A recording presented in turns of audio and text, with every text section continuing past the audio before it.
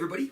The purpose of this video is to give you a little introduction to the idea of something called a Venn diagram, and also to show you how it helps you understand the logical ideas, the equivalences that we've been talking about in these couple projects, actually mostly just this project that you're in right now. I realized as I was riding my bike the other day that a Venn diagram video explanation might help. Some of you learn with the truth tables, which is fine. Some of you learn via words, which is also fine, but some people might need a more visual representation. And I thought, Venn diagrams would actually work. So Venn, V-E-N-N diagrams are named after a guy named John Venn, a logician, English guy, 1800s, I think. And the idea is it's a way to present information in a way that is visual and kind of simply geometric. So let me just give you an example.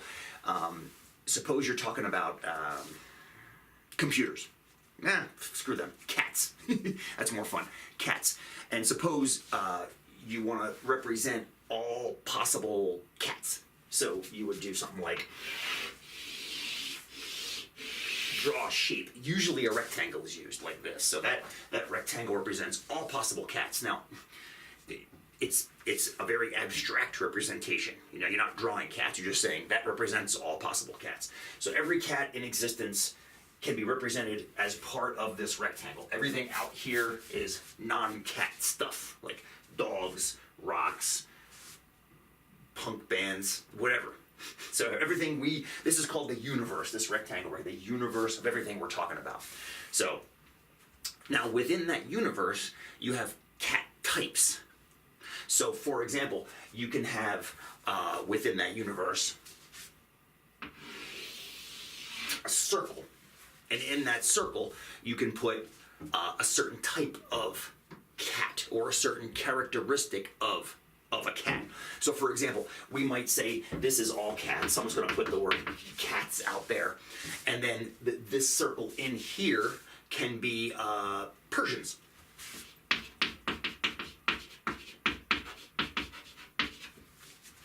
Okay?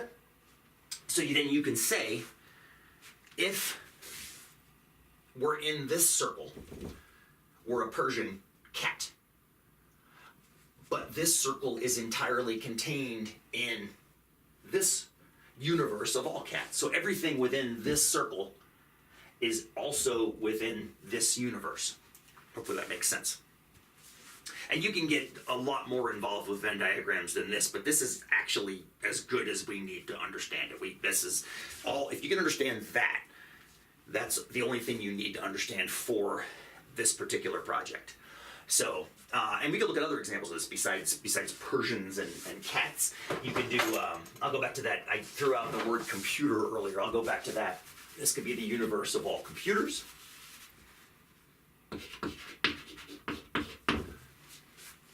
This would be a certain type of computer, like say, for example, a Macintosh or a PC or a Dell desktop or something like that. Or even, to make it even simpler than that, it's called a laptop. A laptop. A laptop is a type of computer. Now what's kind of fun is, a laptop is a type of computer, but not all computers are laptops. We'll come back to that in a second. That's the next video.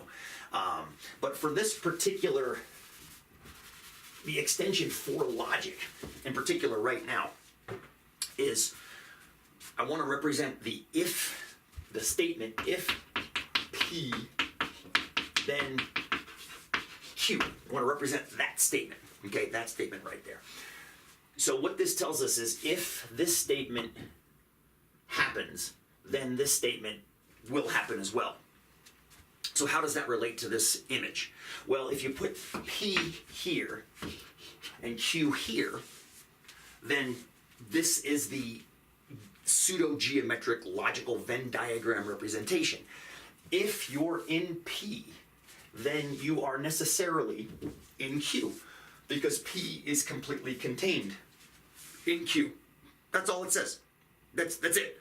So if you're here, you are by definition here. Now some of you might be thinking, what if P was something like here, where it was half in and half out or something like that? And to throw back to the definition of what logical statements are either always true or always false. They can't sometimes be true and sometimes be false. That's where illogical statements come in. And that's what would be implied if you had this situation here. If it was half in, half out, for example, that wouldn't be logical. That's like, I was just talking to my buddy Brian about the woes I had of getting my fishing gear back through TSA on a trip we just took. It went down to the place we went to just fine, but they took it away from me on the way back. That's an inconsistently applied rule, which is frustrating, but also illogical. So we don't talk about that. We talk about logical stuff, where you've got, if you're in here, then you're in here. Okay, so this is the Venn representation of that statement. The one you just looked at is called the contrapositive.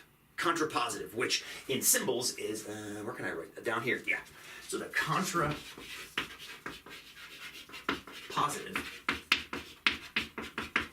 is if not Q,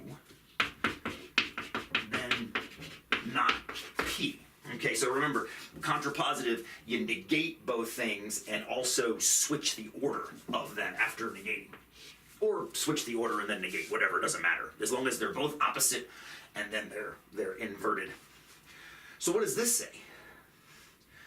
If you're not in Q, okay, so remember where Q is. Q is the rectangle.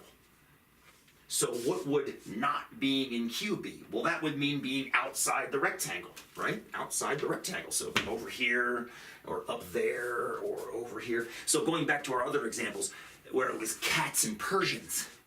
So if you're not a cat, you're outside, you're a dog, or a rock, or a house, or a whatever.